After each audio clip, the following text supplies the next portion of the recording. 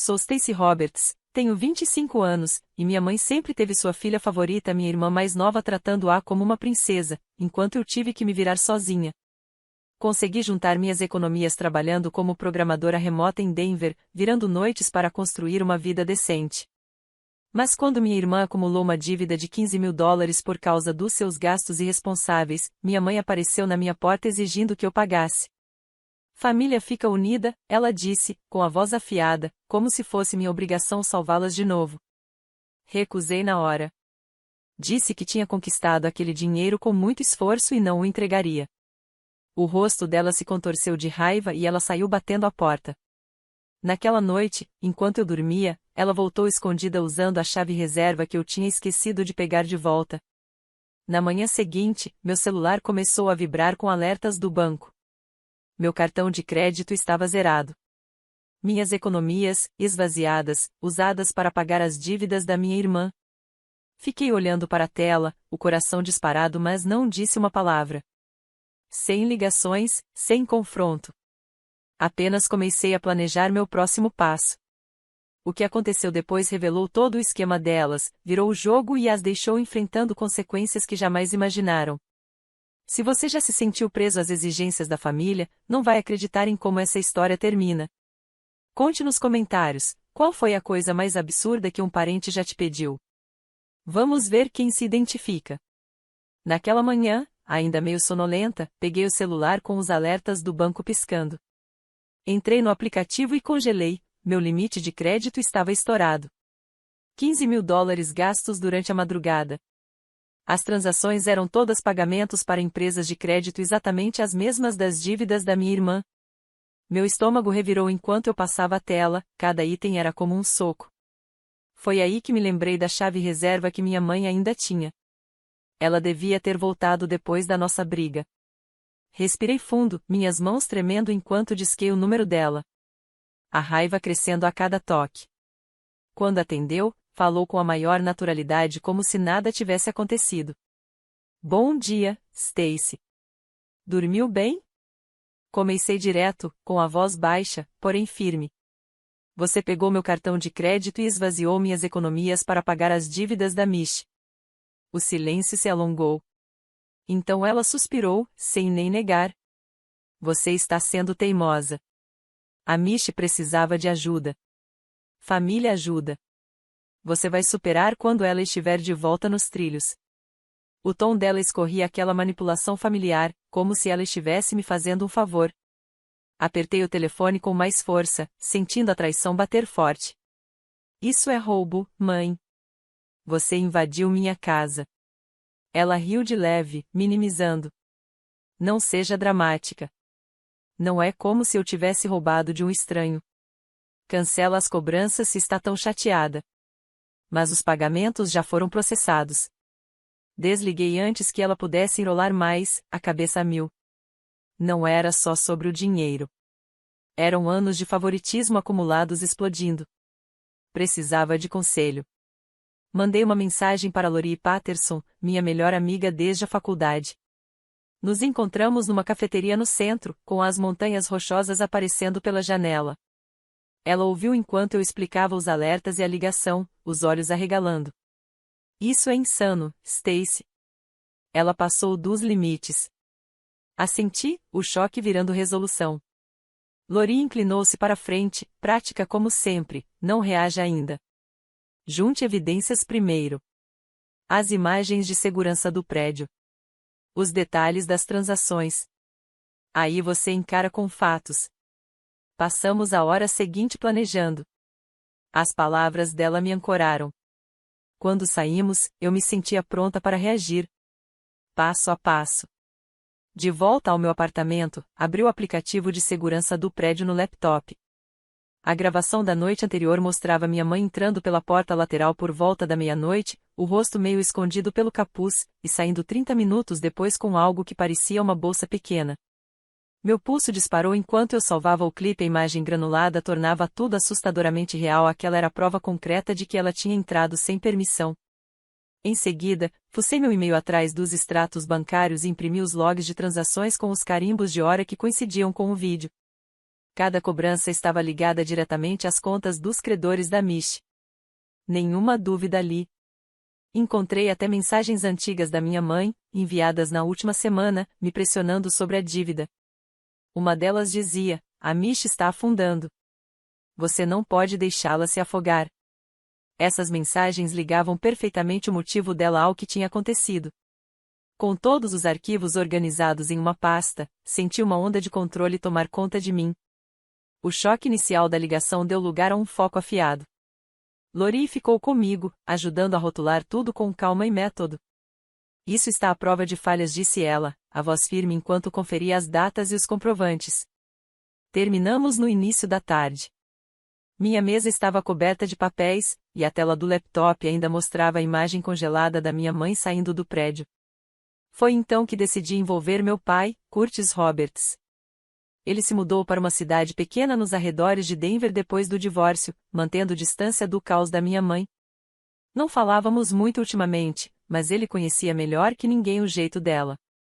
O telefone tocou 2 vezes antes de ele atender. A voz dele soava calorosa, mas cautelosa. Stacy, está tudo bem? Fui direta, sem rodeios emocionais. Pai, a mamãe usou meu cartão de crédito para pagar $15.000 das dívidas da Mish, sem me pedir. Eu tenho filmagens e registros.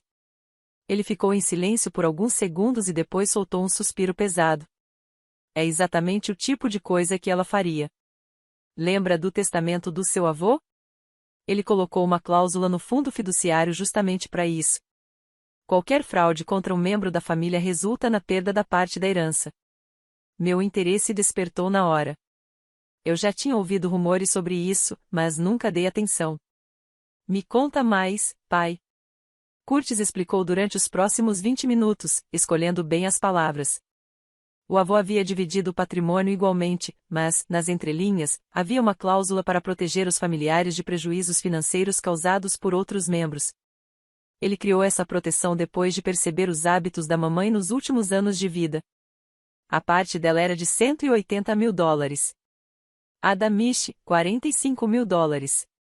Ambas bloqueadas até certas idades e automaticamente perdidas se fossem condenadas por fraude familiar.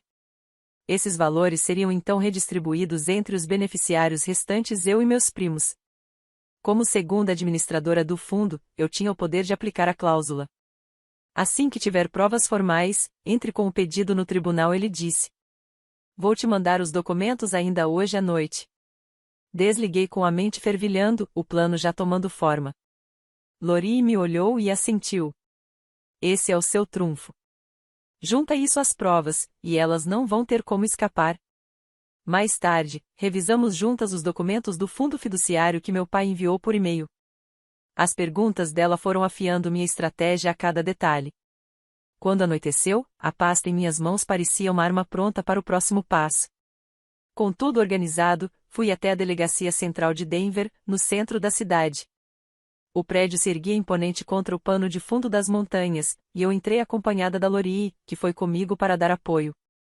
Pedimos para falar com a divisão de fraudes, e logo fomos recebidas pela detetive Teresa Wong, em uma pequena sala de entrevistas. O crachá dela brilhava sob a luz fria dos refletores. Ela ouviu atentamente enquanto eu contava toda a sequência, começando pelas cobranças não autorizadas e mostrando os extratos impressos. Isso é sério, disse ela, folheando as páginas com expressão concentrada. Mostrei o vídeo de segurança no meu celular, ampliando a imagem da minha mãe entrando e saindo do meu apartamento. Teresa assentiu, anotando cada detalhe. Entrada clara sem permissão, no mesmo horário das transações. É uma prova forte.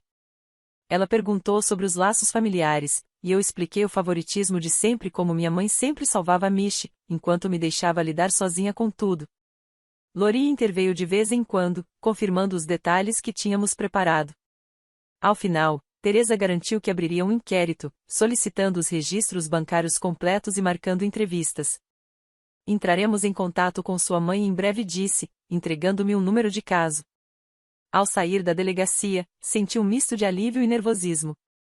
O peso do que eu havia iniciado caiu sobre mim de vez, era real agora. 2 dias depois, meu celular tocou com um número desconhecido. Era Jeremy Vaughan, o noivo da Mishi, com a voz tensa. Stacy, precisamos conversar, só nós dois. Aceitei encontrar com ele em um parque às margens do Rio Platte, um lugar neutro, onde corredores passavam sob o céu limpo. Ele chegou com aparência abatida, as mãos nos bolsos, e sentou-se ao meu lado no banco. Eu não sabia do cartão começou, evitando meu olhar. A Mishi disse que você tinha emprestado dinheiro para ajudar com as dívidas, que era uma ajuda de família. Eu o pressionei, e ele acabou admitindo que tinha ouvido a visita da polícia ao apartamento deles. Eles interrogaram a Mishi no dia anterior e depois disso, ela confessou tudo para ele. Jeremy contou a história inteira. Mishi havia inspecionado meu apartamento semanas antes, durante uma visita, observando onde eu guardava meus documentos e coisas financeiras. Foi ela quem convenceu minha mãe a pegar o cartão, dizendo que eu nunca aceitaria ajudar de bom grado. As mensagens trocadas entre as duas mostravam o plano combinando o momento certo e até fazendo piadas sobre o meu jeito passivo, dizendo que eu acabaria cedendo à pressão. Jeremy me mostrou as capturas de tela no celular dele, com datas que batiam exatamente com as imagens da câmera de segurança. Essa não é a pessoa que eu pensei que fosse, disse ele, com a voz embargada. Ele contou que tinha terminado o noivado naquela manhã, devolvendo o anel apesar dos pedidos dela. Ela está arrasada, acrescentou. Mas eu não posso casar com alguém capaz de armar algo assim.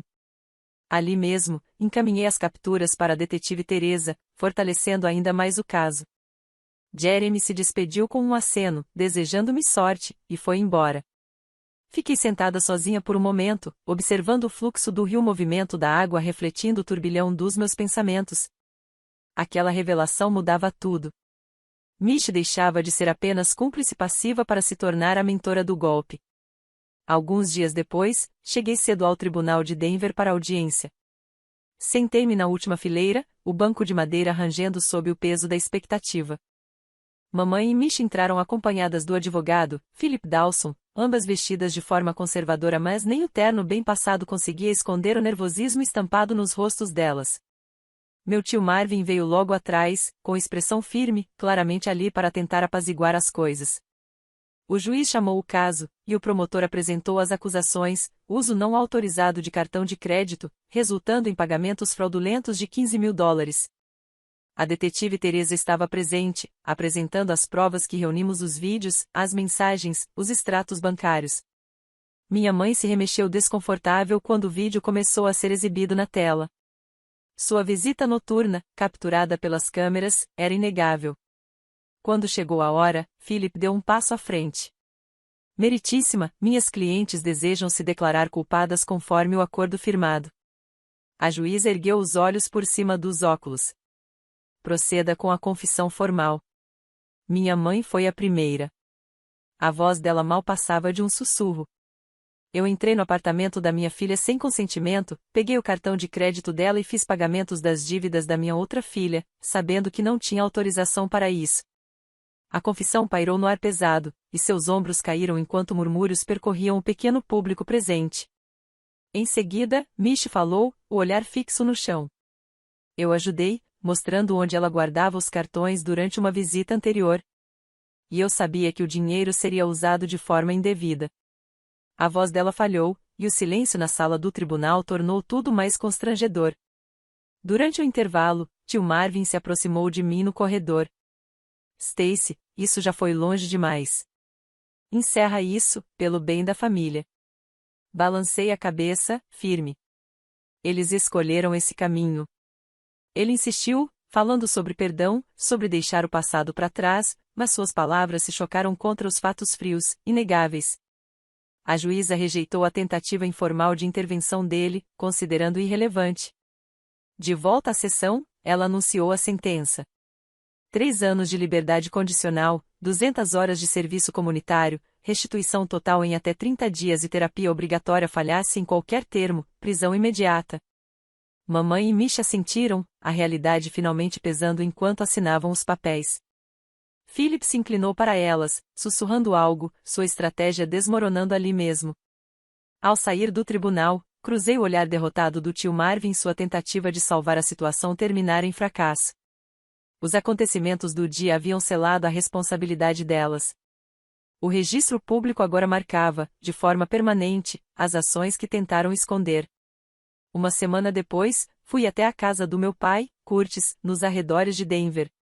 Ele já estava com a papelada da tutela preparada, sua pequena casa tomada por livros de direito sucessório. Revisamos juntos a cláusula do testamento do vovô, garantindo que cada detalhe coincidisse com a condenação. Isso ativa a cláusula de perda dos bens, confirmou Curtis, assinando como coadministrador do fundo. Naquela tarde, protocolei o aviso no tribunal, e a funcionária carimbou o documento com eficiência. O processo levaria cerca de 60 dias, mas a intenção estava clara: as cotas da mamãe e da Michi seriam transferidas para mim e para os primos, como compensação pelos danos financeiros à família. Curtis me levou de volta para casa em silêncio, o peso da fratura familiar pairando entre nós. Você fez o que precisava fazer, disse ele por fim, antes de me deixar na porta. De volta ao lar, esperei pelos desdobramentos. Alguns dias depois, mamãe ligou, a voz trêmula e desesperada. Stacy, o Philip disse que o fundo está em risco. Precisamos conversar. Mantive a resposta curta. Já foi protocolado. A cláusula se aplica. Ela implorou reconsideração, prometendo mudanças, mas eu encerrei a ligação. Michi mandava mensagens de vez em quando, desculpas vagas misturadas com pedidos de compaixão. Ignorei todas, focando na minha rotina. 2 meses se passaram, e a carta do administrador chegou, perda confirmada. A parte da mamãe, $180 mil, e a da Michi, $45 mil, foram redistribuídas. Logo depois, recebi meu cheque, $140 mil, depositados com segurança. O impacto sobre elas foi devastador. O empregador da mamãe fez uma checagem de antecedentes para renovar sua certificação e a demitiu, citando o registro criminal. Ela passou a correr atrás de bicos para sobreviver, as economias esgotadas com honorários advocatícios. Michi enfrentou ainda pior sorte. Os credores voltaram a pressionar, e a liberdade condicional limitava suas viagens. As oportunidades de trabalho minguaram. Ela tentou conseguir empréstimos para pagar a restituição, mas os juros de 23% a prenderam em um ciclo de dívidas que se estenderia por anos. Tio Marvin entrou em contato uma vez, admitindo: minha tentativa de intervir falhou. Elas estão sofrendo. Respondi apenas: consequências. Lori e eu continuamos nosso ritual semanal de café, o apoio dela constante enquanto eu reconstruía minha vida. O dinheiro permaneceu intocado, um colchão de segurança para o futuro. Enquanto isso, o mundo de mamãe e Michi encolhia. Reuniões de liberdade condicional, horas de serviço comunitário, e cada vez mais isolamento, à medida que os parentes se afastavam. Suas escolhas voltaram como um eco, reescrevendo tudo, sem possibilidade de retorno. Meses depois, bloqueei todos os contatos delas. Sem mais mensagens de voz pedindo compreensão. Sem mais textos cheios de desculpas sobre tempos difíceis. Silêncio finalmente. O silêncio trouxe clareza, um espaço tranquilo no meu apartamento em Denver, onde eu podia me concentrar no que viria a seguir. Lori e eu começamos a fazer trilhas perto de Boulder todo fim de semana. A energia dela me impulsionava pelas subidas íngremes e caminhos sinuosos. Você conquistou essa liberdade, ela dizia, passando a garrafa de água no topo da montanha. Esses passeios reconstruíram minha resistência, física e mental, transformando o cansaço em progresso constante. No trabalho, apresentei uma nova ideia à equipe, um software de monitoramento remoto. O projeto deu certo, ganhei uma promoção e um aumento. Com a renda extra, melhorei meu setup, adicionando uma segunda tela e fones com cancelamento de ruído para longas sessões de programação sem interrupções. Curtis me visitava uma vez por mês. Nossos jantares eram simples, mas significativos: bifes grelhados e conversas sobre seus planos de aposentadoria. Ele sempre contava histórias sobre o vovô e seu instinto para negócios, me lembrando de onde vinha a minha determinação. Ele teria orgulho de você, disse Curtis uma noite, brindando comigo. Assenti, sentindo a verdade disso. Com os fundos da herança investidos em uma conta de alto rendimento, montei uma reserva de emergência e até fiz uma viagem curta ao Grand Canyon, a imensidão abaixo, refletindo a amplitude da minha própria vida. As notícias sobre Michi vinham esporadicamente, por conhecidos em comum. O emprego dela em um call center mal cobria o básico, e as reuniões de condicional consumiam o tempo. Mamãe se mudou para um estúdio perto das montanhas, depois de perder a certificação profissional. Trabalhava com bicos de digitação e pequenos serviços. Viviam a própria solidão, enquanto os parentes se afastavam, o passado criminal ainda pairando sobre elas.